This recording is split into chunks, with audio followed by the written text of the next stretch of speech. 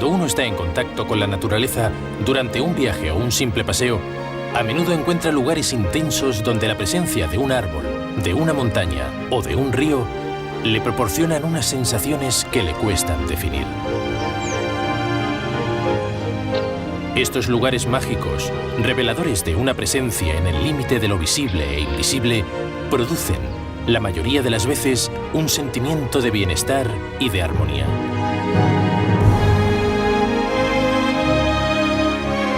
Las energías secretas.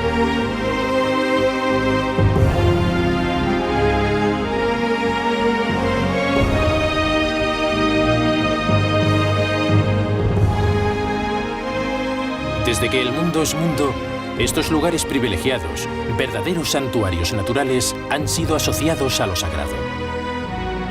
¿Podrían haber adquirido nuestros antepasados algunos conocimientos sobre las energías escondidas de nuestro planeta por la observación repetida de ciertos fenómenos?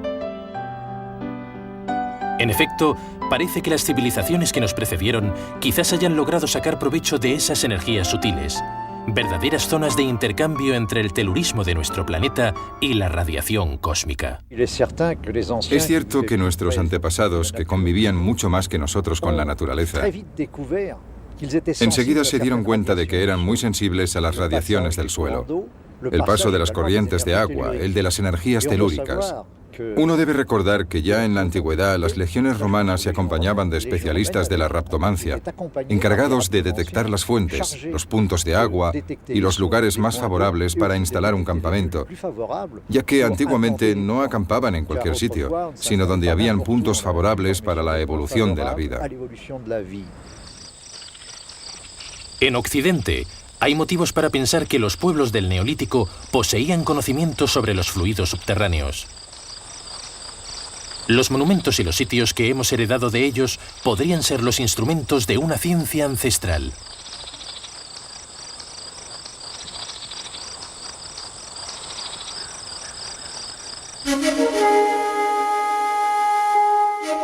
Con un enfoque más abierto sobre el funcionamiento energético de nuestro planeta y los fenómenos naturales en general, la ciencia tradicional oriental parece habernos proporcionado respuestas concretas a las preguntas que la manifestación de fuerzas escondidas en lo más profundo de nuestra Tierra nos plantean. Lo que nosotros llamamos ecología es algo que practican los chinos desde siempre. Y quizá por eso el paisaje chino es tan bello y nos cautiva inmediatamente, sin que podamos determinar enseguida por qué nos parece tan armonioso. Porque siempre han buscado ubicarse de la manera más favorable y a la vez más natural posible. Esta ubicación se resume en un sencillo principio. La mejor manera de instalarse en un lugar es apoyándose contra una pared o una montaña al norte, para recibir las influencias benefactoras del sol que vienen del sur y para tener la espalda y los riñones protegidos del viento frío que llega del norte.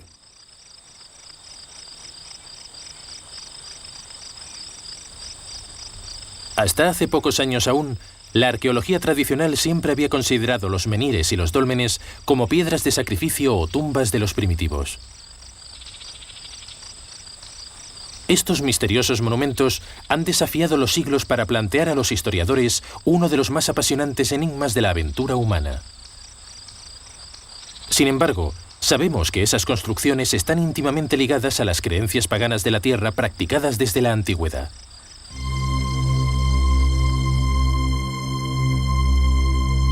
La red de corrientes eléctricas que atraviesa nuestro planeta como un gigantesco sistema nervioso puede ser perturbada por la implantación de una serie de piedras, de un monumento, incluso de un árbol, transformándose en catalizadores de fuerzas.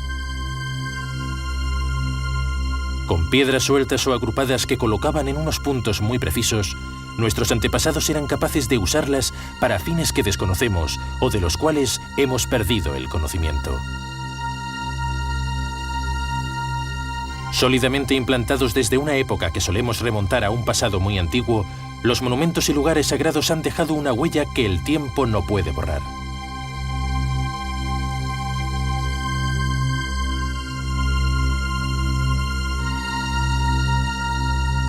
Siempre es sorprendente descubrir que algunas iglesias cristianas fueron construidas sobre dólmenes y que algunos monasterios o catedrales todavía guardan en sus muros las piedras que heredamos de antiguos templos galorromanos que antaño se elevaban en el mismo lugar.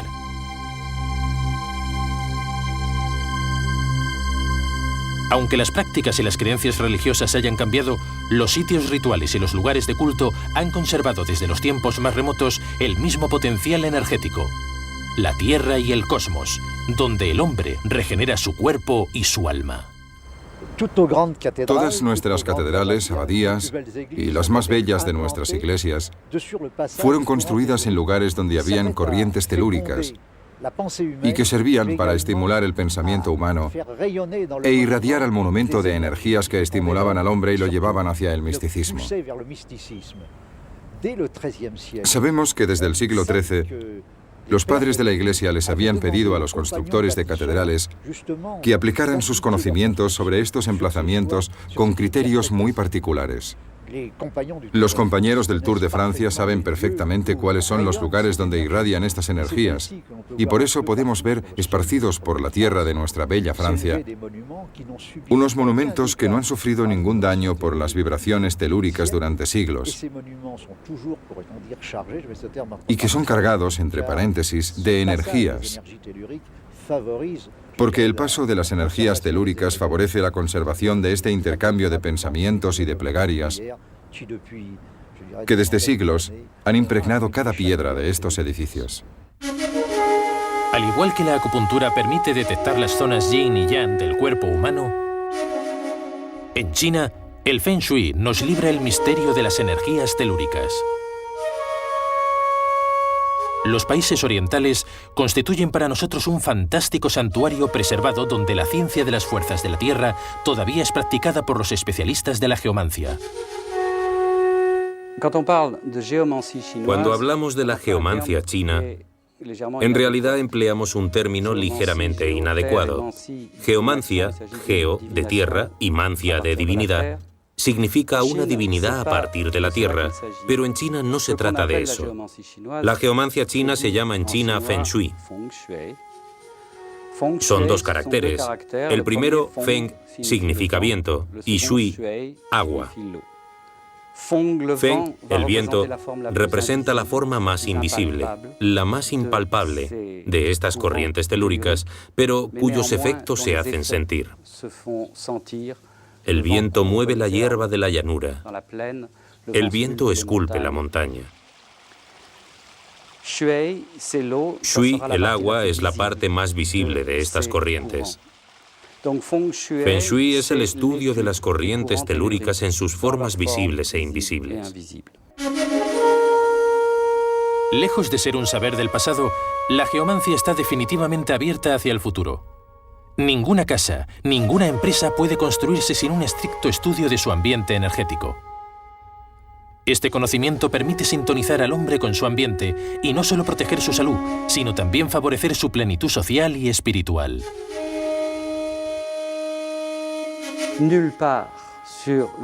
En ningún lugar del continente chino se abre una tienda o se escoge el día de una boda o se construye una casa sin necesitar el servicio de un especialista del Feng Shui. Y no es fácil ser especialista de la geomancia. Requiere el uso de mucha destreza y sobre todo herramientas bastante delicadas y difíciles de manipular. Sobre todo una herramienta, un gran invento, que en realidad es un doble invento. La brújula. La brújula nos permite materializar el Feng, la dirección de las corrientes que ahora sabemos que son magnéticas. Los chinos inventaron la brújula a finales de la era pasada, y las primeras formas de brújula se basan en un cuadrado de metal, en cuyo centro se observa un círculo, símbolo del cielo. Y dentro del círculo se coloca una cuchara. Esta es imantada y el mango de la cuchara indica el sur.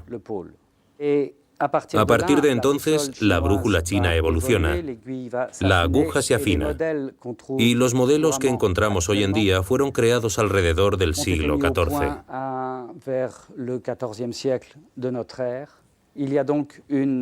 Consisten en una aguja magnética en el centro que indica el sur.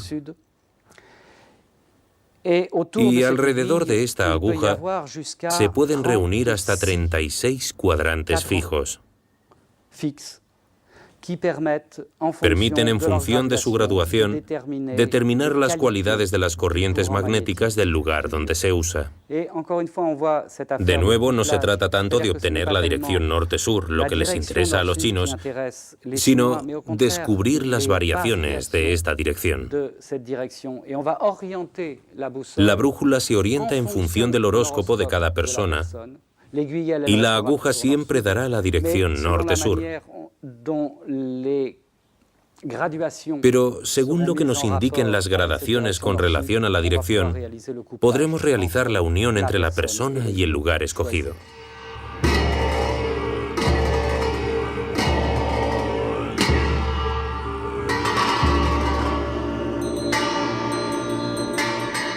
En los altos valles del Himalaya, en Zanskar, el Shorten, cuyo aspecto se parece al de una torre cónica, no es sino una variación de la pagoda china. Testigos de la presencia de Buda, estos monumentos nos anuncian la proximidad de un pueblo o de un monasterio, y a menudo marcan un cruce de caminos o un paso entre dos montañas. Reflejo del orden cósmico y de la ley universal, la estructura del Shorten tiene 5 elementos asociados a un conjunto de interacciones simbólicas. La base cúbica representa el elemento tierra, que en el cuerpo humano tiene una correspondencia con el chakra inferior y con el principio vital de estabilidad y de continuidad. Este cubo está rematado por un volumen más o menos esférico asociado al agua. La parte media, ligeramente cónica, representa el principio vital del calor y la combustión. Por encima se eleva el cuarto elemento, el aire, que simboliza el movimiento y la vibración. En la cumbre del monumento sagrado, la unión de la luna y del sol representa la reintegración de la conciencia en la matriz universal. Esta construcción sagrada recuerda al hombre, simbolizado por el volumen cónico, que él es el mediador entre el cielo y la tierra, al igual que el punto de encuentro entre las fuerzas espirituales o cósmicas y las vitales o telúricas.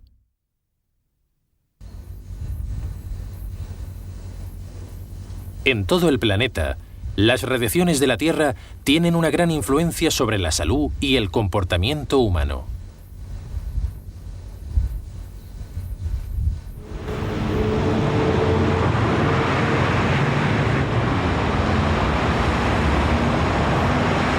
En nuestras ciudades industrializadas, la anarquía arquitectónica y los métodos modernos de construcción favorecen una degeneración del marco vital. Allí donde las estructuras metálicas y el cemento han estado pisando progresivamente a la naturaleza, parece que se están encontrando un número creciente de enfermedades graves del metabolismo. Las células del cuerpo humano ya no vibran con su frecuencia normal. Algunas energías son contaminantes, principalmente las energías emitidas por los cables de alta tensión, las emisoras de baja frecuencia y los radares. Está claro que se vive mucho mejor en el campo que en el centro de nuestras ciudades, donde nos vemos capturados en las redes, las mallas de transmisión electrónica, mejor dicho, electromagnéticas. Y todavía no sabemos cuáles son los efectos a largo plazo de las radiaciones de estos emisores sobre el cuerpo humano y sobre todo sobre el futuro del hombre. Contratar a un especialista en geomancia no es ser retrógrado. Al contrario, es ser moderno, es entrar en pleno siglo XXI, porque es hacer como los ricos habitantes de Hong Kong. La riqueza de Hong Kong confirma esta práctica, ya que podemos pensar que, si son tan ricos, es también porque nunca descuidaban contratar a un especialista de la geomancia antes de abrir cualquier negocio o antes de construir cualquier edificio. En China, el desplazamiento de las corrientes telúricas ha sido dibujado y materializado con la presencia de imponentes dragones de espina dorsal ondulante. En Occidente, desde la instauración del cristianismo, el dragón es considerado un animal maléfico. Lo encontramos vencido por San Michel, derribado por San Jorge y levantado por Santa Margarita. Santa Margarita levanta el dragón que sostiene con el cíngulo, que es su vestido. El dragón también tiene una parte, digamos, telúrica. El dragón representa esas energías maléficas que circulan bajo tierra. El dragón también está relacionado con el agua. Lo encontramos en numerosos ríos de Francia que toman el nombre de drague o dragón.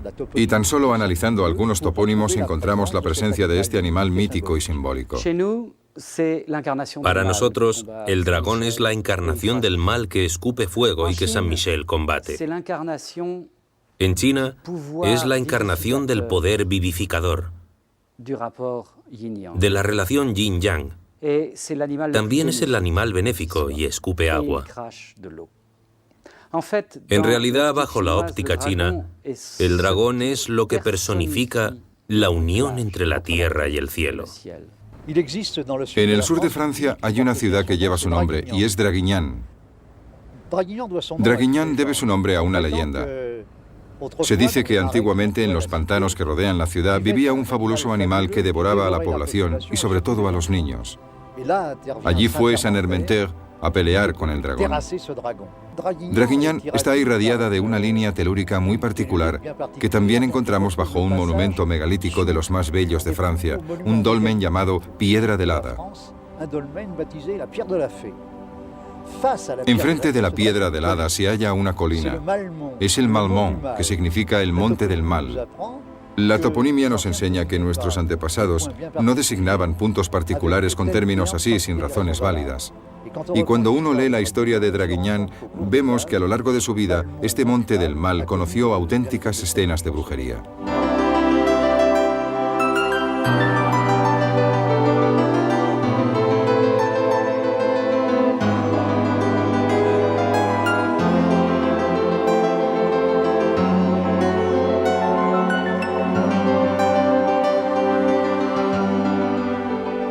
En Occidente, la tradición popular ha preservado hasta hoy un aspecto muy particular de la sabiduría de los ancianos. Ejerciendo sus actividades principalmente en el campo, los zahoríes y los radiestesistas son los herederos de los magos y de los druidas de antaño. Los zahoríes, que hoy en día son capaces de detectar los puntos de agua que circulan bajo nuestros pasos, y también las corrientes telúricas favorables o negativas que pueden turbar la vida del hombre. Estos conocimientos se transmiten por vía oral, lo cual explica que no tengamos ningún rastro escrito de él. Pero es cierto que en el campo, todavía hoy el paso de este saber se hace de padre a hijo, de familia en familia.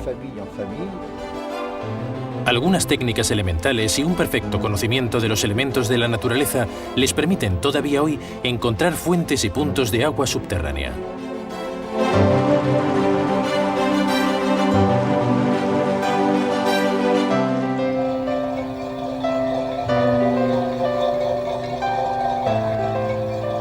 El sur de Francia, en la región de la Cevennes y del Larzac, es uno de los sitios más ricos en monumentos megalíticos después, claro está, de la Bretaña.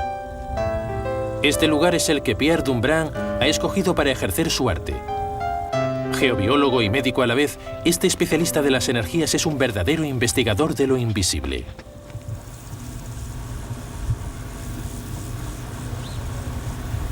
Esta nueva generación de terapeutas busca sin descanso las radiaciones de la Tierra, ya sean ondas benéficas o nocivas para los individuos. Solo existen redes, energías que se desprenden de la Tierra para venir a perturbar una armonía.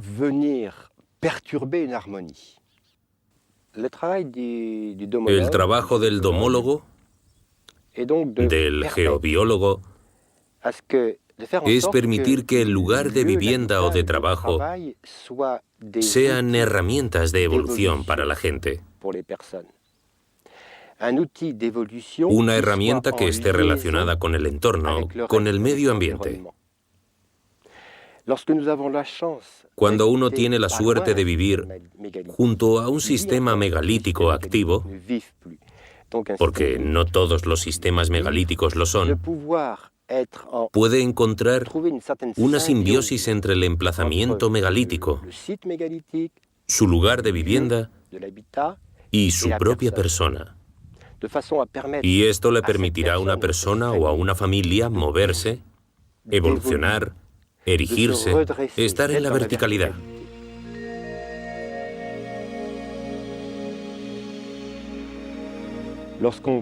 Cuando uno atraviesa zonas influidas por una red Arcman, Curie, por una falla o agua, lo nota enseguida en el cuerpo.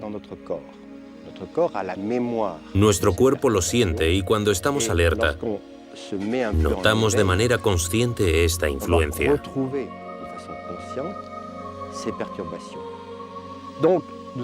Así se puede saber en qué lugar, sobre qué sistema energético está edificada la casa, cómo ha sido construida, cuáles son los materiales usados, cuál es su forma, cómo puede recibir las energías de arriba y de abajo, qué equilibrio se opera entre los distintos tipos de energía. Y eso para poder transformarlas. Y para que así la persona pueda hacer su propia síntesis de esas energías y fijarlas en su centro.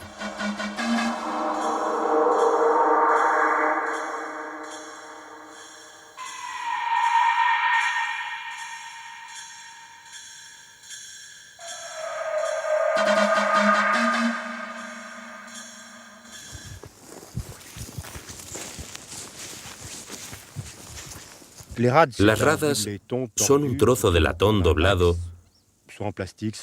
que gira alrededor de un eje de plástico o de madera y que nos indican los momentos de cierre.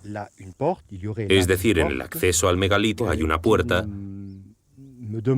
que me pide que me pare para permitir ponerme al nivel vibratorio de un lugar preciso. Cuando estoy en este lugar vibratorio, las radas se abren y me dicen que puedo continuar hasta el objetivo.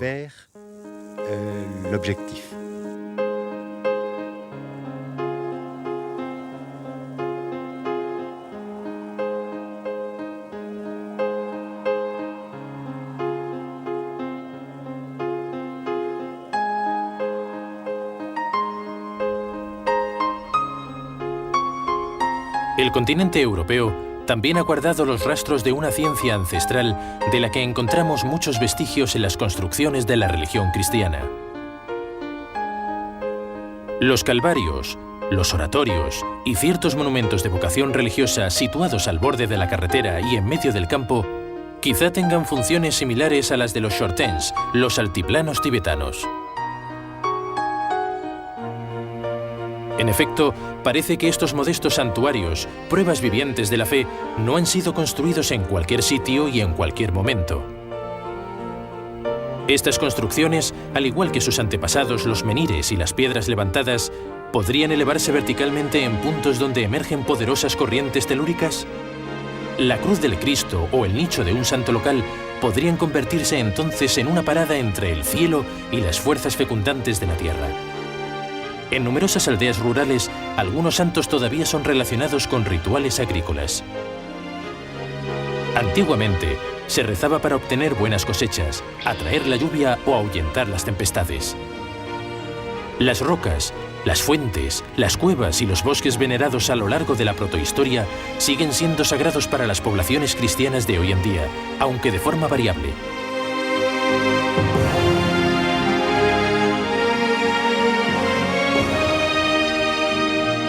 Testigos de un pasado mucho más antiguo, los monumentos megalíticos siguen planteando numerosas preguntas a arqueólogos e historiadores. Muchas de esas construcciones enigmáticas se encuentran en una línea que va de Corea a Irlanda. Hoy en día, en Francia, se pueden contar más de 4.000 dólmenes y unos 2.000 menhires aislados. El mayor de todos es el de Loch Mariaker, en Bretaña, que mide 23 metros y pesa casi 347 toneladas.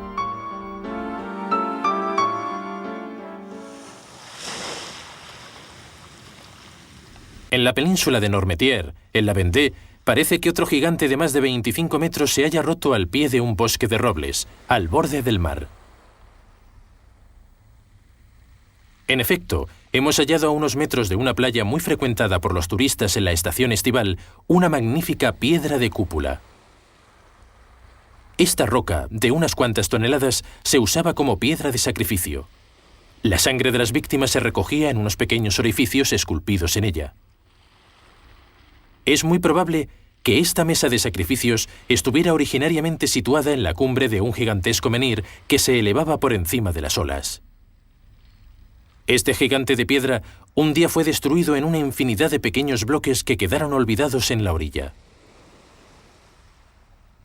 En el sur de Morbihan, la famosa alineación de Carnac cuenta por sí sola con más de 1000 menhires. Según numerosos autores, la construcción de los monumentos megalíticos fue determinada por unos criterios astronómicos. Una teoría más generosa nos enseña que estas alineaciones se usaban para ejercer cierta influencia sobre el hombre gracias a las características geodésicas tan particulares de la región.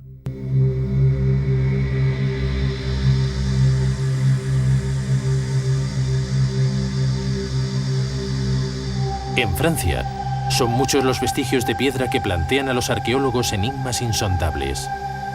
Una civilización de la que no se sabe gran cosa construyó enormes recintos ciclópeos y unas murallas arquitectónicas cuyo papel, aunque incierto, parece ser defensivo.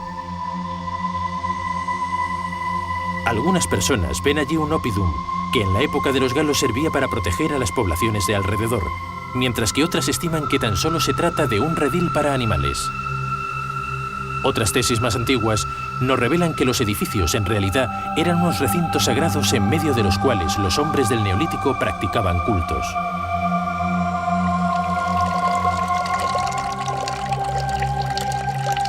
Es el caso del monte Saint-Odile, en Alsacia, donde la leyenda cristiana se ha superpuesto a los viejos cultos paganos mientras conserva el decorado de otra época. Por su situación y por su forma, esta montaña es la más destacable de Alsacia. Todavía se pueden admirar allí las ruinas gigantes de una muralla de 10 kilómetros de largo que rodea un yacimiento de unas 100 hectáreas. Parece que fue construida para afrontar el paso del tiempo.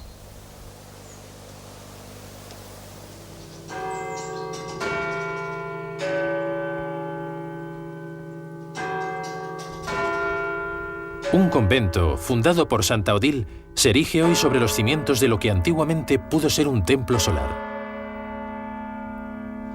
Con el cielo despejado, uno puede ver el altiplano que está a más de 30 kilómetros de allí. Los bosques ya no tienen la densidad que solían tener, pero aún así cuesta descubrir entre la vegetación el viejo muro que rodea el altiplano.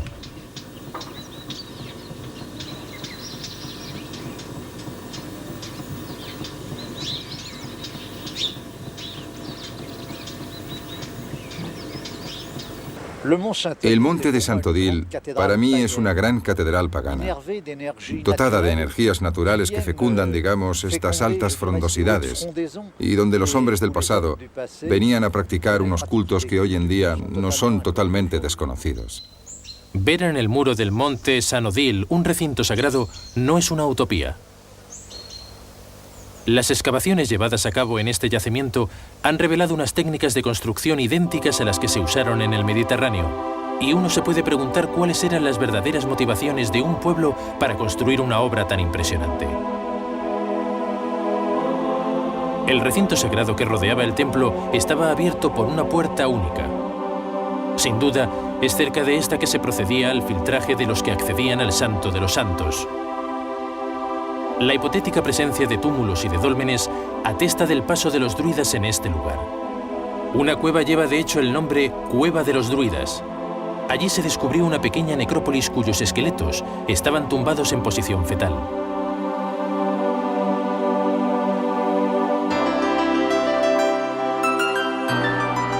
Según Altenbach, en el monte de Saint-Odile podría ser una de las cumbres de un gigantesco triángulo energético. El segundo vértice de este triángulo está marcado por otro misterioso lugar que es el Campo de Fuego.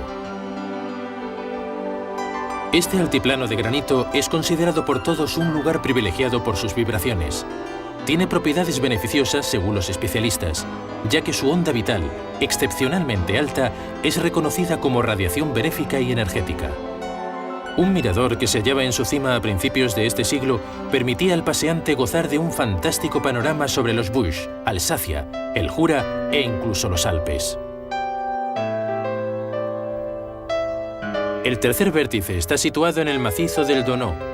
Esta montaña, ocupada por los celtas hace más de 3000 años, siempre ha sido considerada como un lugar de encuentro y de comercio, pero también, y por encima de todo, como un santuario por los numerosos pueblos que allí se han sucedido. Los romanos han dejado huella de su paso por Donau. Construyeron allí lugares de culto dedicados a las divinidades grecorromanas.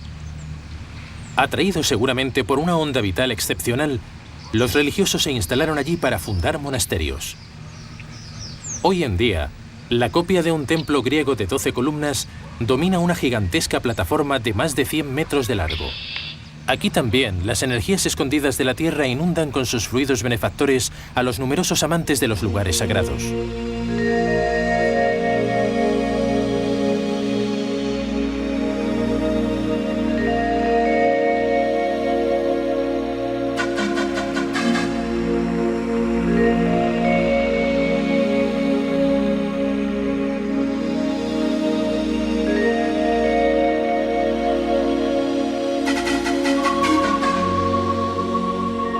Entre los sitios destacables de los Vosges, el campo céltico de la Bourre, cercano a la ciudad de Saint-Dié, presenta también unos vestigios interesantes para los historiadores y los arqueólogos. Parece que nuestros antepasados también escogieron este lugar por sus cualidades energéticas.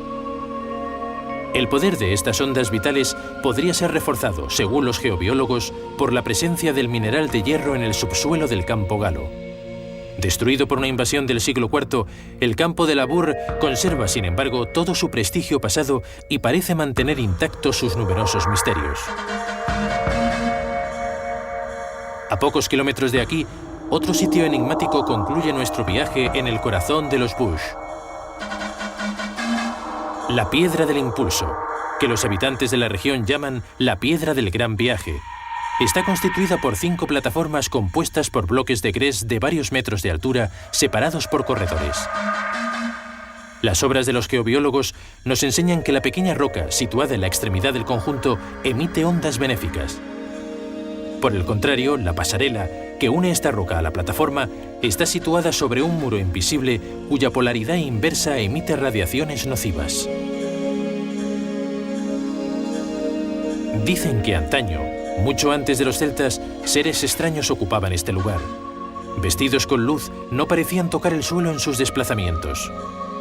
A veces, dicen, formaban un círculo sobre la Piedra del Gran Viaje y desaparecían en una nube de luz. Luego, reaparecían al cabo de cierto tiempo. Un buen día desaparecieron, pero esta vez no volvieron jamás. En el centro de Francia, al sur del macizo del Morvan, el monte Beaupré puede ser considerado un lugar sagrado. Unas gigantescas excavaciones arqueológicas abandonadas nos indican la presencia de una importante colonia gala. La ciudad de Vibrac se erigía en este mismo lugar. Con el transcurso de los siglos, los árboles centenarios del bosque han visto sucederse muchos ocupantes.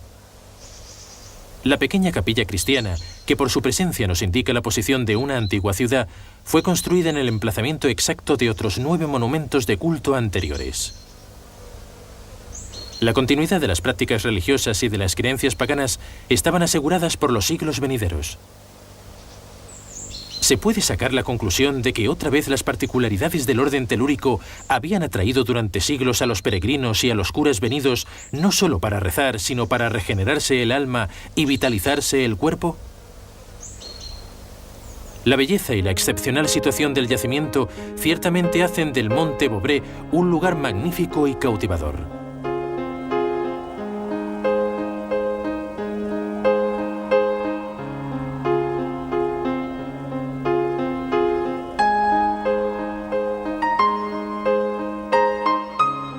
De la misma manera que las grandes corrientes de energía que atraviesan el planeta afectan a la psique de los individuos, el Sol desarrolla una influencia magnética sobre la faz de la Tierra y los seres humanos sentimos sus efectos.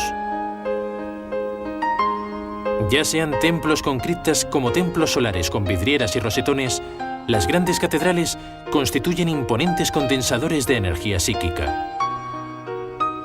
Estos edificios vibran en total armonía con el planeta. En ellos resuenan los más ínfimos suspiros. Son vastas cajas de resonancia cuya cripta nos da el tono. Las vidrieras de estos grandes edificios de piedra todavía suscitan nuestra admiración. La vidriera no es más que un vidrio ordinario tintado, pero el prodigioso amplificador, que es la luz, es al mismo tiempo el difusor de una claridad particular. La disposición de los rosetones y de los ventanales en la catedral responde a un orden que es necesario saber interpretar si uno quiere descubrir sus misterios.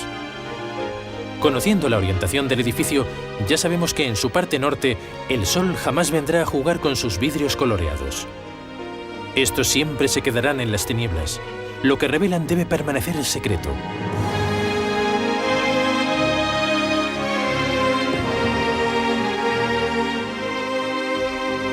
Una sensación de paz y de dulzura nos invade en cuanto cruzamos el umbral de una catedral. La magia de los creadores residía en la combinación sutil y piadosa de la iluminación de los santuarios. A lo largo del día, el ser humano está sometido a las leyes de la naturaleza. Cuando penetra en los templos de la fe, pensados e imaginados por una élite sabia, se encuentra inmediatamente en simbiosis con toda la creación. El microcosmo se ofrece al macrocosmo y recibe de éste las grandes influencias que determinan una verdadera alegoría al mundo. Todos los edificios religiosos de la cristiandad están orientados en dirección a la salida del sol. En particular, la salida del sol del 21 de junio, para el solsticio de verano. Debemos recordar que en el plano simbólico, el creyente viene de Occidente, es decir, donde se pone el sol, el lugar de la muerte, y anda en dirección al altar, es decir, en dirección al oriente, donde encontrará la luz y la verdad. El altar, como ya he dicho, está orientado hacia la salida del sol, el 21 de junio. En cuanto a los dos ábsides que se encuentran a cada lado del altar, la de la izquierda está orientada hacia la salida del sol del 21 de marzo y la de la derecha en dirección a la salida del sol del 21 de septiembre. Son unas fechas indicativas que se usan en todos los edificios sagrados, ya sean templos paganos o cristianos.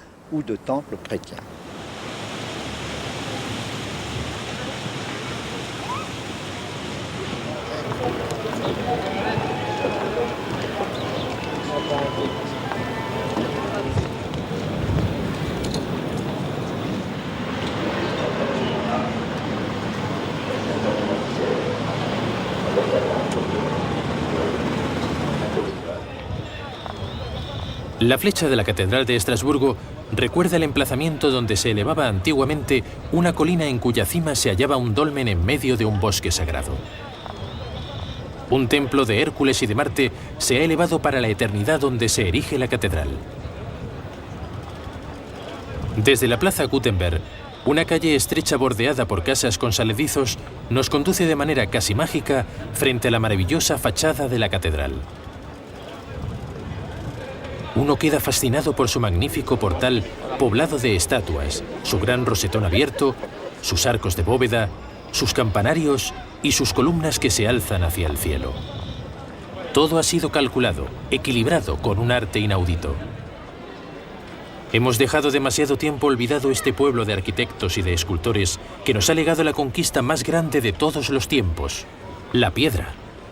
Las catedrales que los sicilianos llaman las matrices han sucedido a las piedras levantadas. Todas poseen una cripta. A menudo es una cueva antigua que antaño albergaba una virgen negra. La voz de la tierra se manifestaba en estos lugares santificados y las energías telúricas se desprendían por estas cajas de resonancia como una fuente benefactora. Las técnicas de construcción que originan las formas de las iglesias han permitido una depuración del plano energético. Han evitado las energías del tipo telúricas, Argman, Curie, que se encontraban sobre el terreno, dentro de las paredes o en el exterior de la iglesia, tan solo para poder conservar el aspecto cósmico de esas energías que ayudarán a la elevación espiritual o se usarán para fines terapéuticos. Edificada como una catedral en medio de un pueblecito de Champagne, Notre-Dame de l'Épine nos sorprende por sus dimensiones. Parece haberse perdido en un decorado que no le corresponde. La tradición nos muestra que este edificio fue construido en el lugar donde una estatua de la Virgen fue descubierta por un pastor en un matorral de espinas en llamas alrededor del 1400. Algunos textos muy antiguos nos revelan que en el siglo XIII ya existía un lugar de culto más antiguo, construido sobre otro yacimiento venerado mucho antes del cristianismo. Los constructores que han elevado esta sorprendente basílica eran, según dicen, los herederos directos de la Orden de los Templarios. Eso explicaría la presencia de muchos misterios relacionados no solo con la concepción del edificio, sino también con su decoración. Nada más penetrar en la basílica, uno se sorprende por su claridad. El sol vierte sutilmente a través de las vidrieras una ola de luces multicolor. Debajo del órgano se encuentra el Pozo de la Obra. Con una profundidad de 26 metros, su presencia es curiosa en este lugar y recuerda la importancia que los creadores atribuían a los flujos subterráneos en los lugares de culto. Es probable que este pozo haya servido, por así decirlo, de toma de tierra al conjunto del edificio, ya que este tiene una polaridad doble: la energía cósmica hacia la que se alzan las flechas de la catedral y la energía telúrica captada por el pozo. El monumento entero parece vibrar en armonía con la Tierra y el cosmos. Transductores capaces de trascender al hombre, las catedrales parecen concordar con las frecuencias cosmotelúricas, donde engendran, a semejanza de algunas piedras levantadas, una armonía ligada a una frecuencia universal. La orientación, la arquitectura sagrada, la armonía de las formas y de las luces hacen de cada edificio un gran centro de radiación espiritual. Incluso el maderamen de los grandes monumentos góticos contribuía a la difusión de las energías sutiles de la Tierra y el cosmos. El roble era el árbol mágico de los edificios religiosos de los siglos XII y XIII. Este árbol tenía la reputación de canalizar la potencia de las venas del dragón.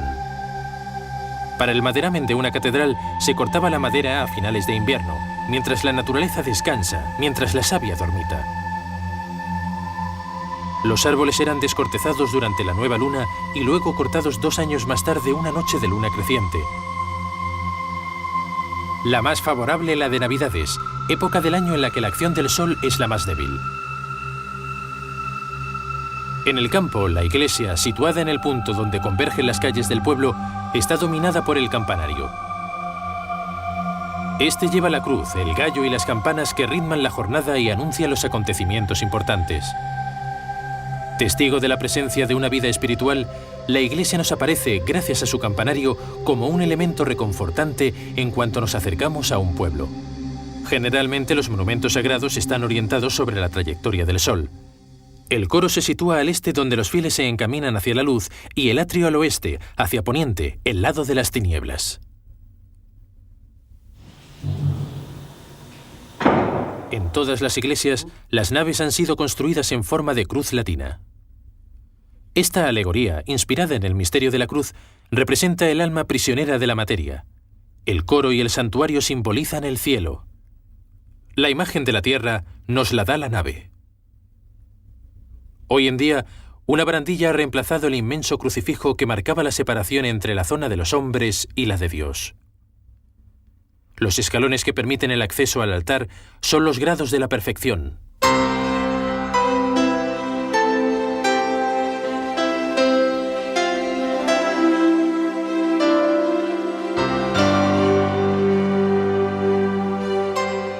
Por su posición elevada, dominando las iglesias y catedrales, el gallo es el último en recibir por la noche los rayos del sol y el primero en saludar a Oriente al amanecer, a modo de renacimiento. Ya tenemos aquí una aproximación del profundo simbolismo que lo ata a la idea de luz, de muerte y de renacimiento. Cuando el gallo canta por la mañana, nuestro cuerpo se despierta lentamente sobre una vida nueva. ¿No es esta, una vez más, la imagen de una iniciación lenta y progresiva que se escalona desde nuestro nacimiento hasta la muerte? Basándose sobre las leyes de la naturaleza, el gallo anuncia una vida regenerada en el resplandor solar. Las vírgenes negras, al contrario, simbolizan la muerte y la transformación. Ellas residen a menudo en las criptas tenebrosas de las primeras catedrales. Los cultos primitivos se desarrollaban en simas o cuevas con mucho poder magnético. Todos los pueblos del planeta han considerado las cuevas como los oídos de la Tierra. En el seno de la matriz mineral, el alma entra en comunicación con la naturaleza. La religión cristiana a menudo ha considerado estos santuarios naturales como lugares privilegiados que favorecen el recogimiento y la meditación.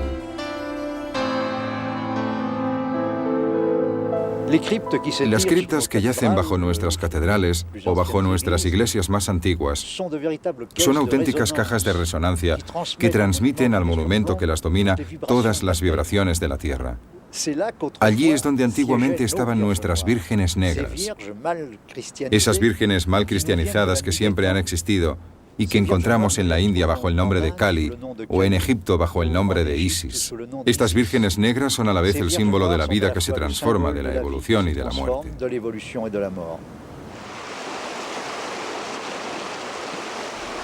En el Var, al borde del pequeño río que es Arjans, la enigmática capilla subterránea de Saint-Michel todavía no nos ha librado todos sus secretos. Situada en el interior mismo de una cueva natural, esta antigua construcción ha pertenecido sucesivamente a los templarios y a los caballeros hospitalarios. Olvidado durante muchos años, este mágico lugar ha conservado todo su misterio y mantenido intactas sus influencias benefactoras para el cuerpo y el espíritu de los que la frecuentan.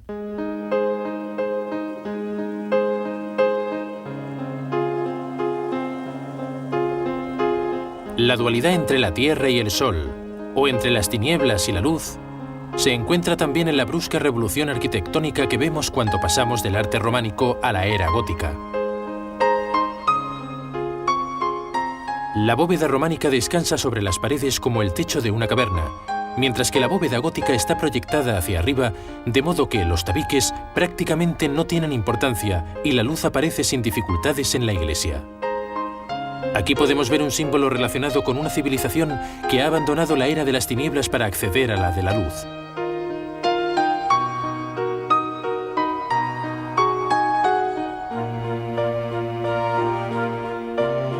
En París, dos grandes monumentos aún son testigos de esta extraordinaria dualidad. La Catedral de Notre Dame, oscura y tenebrosa, nos esconde sus misterios alquímicos y sus secretos iniciáticos.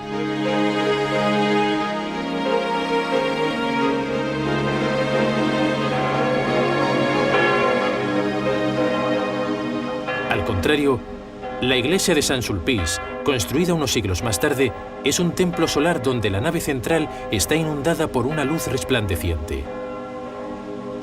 Como Notre Dame, también posee dos torres y fue construida según las mismas proporciones. En cambio, difiere de ella por su espíritu.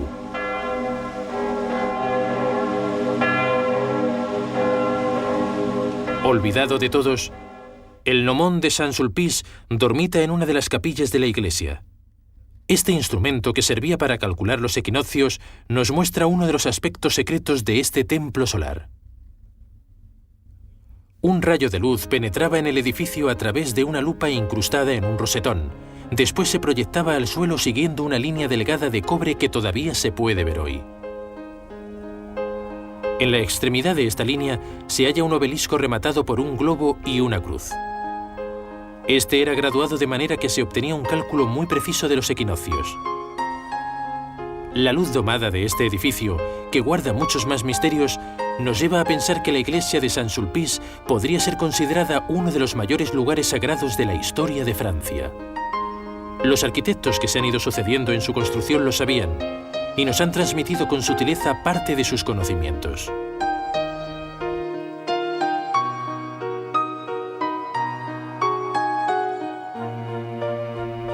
El cosmos, el Sol, la Luna y la Tierra forman un cuarteto que todavía se puede observar en numerosas iniciaciones.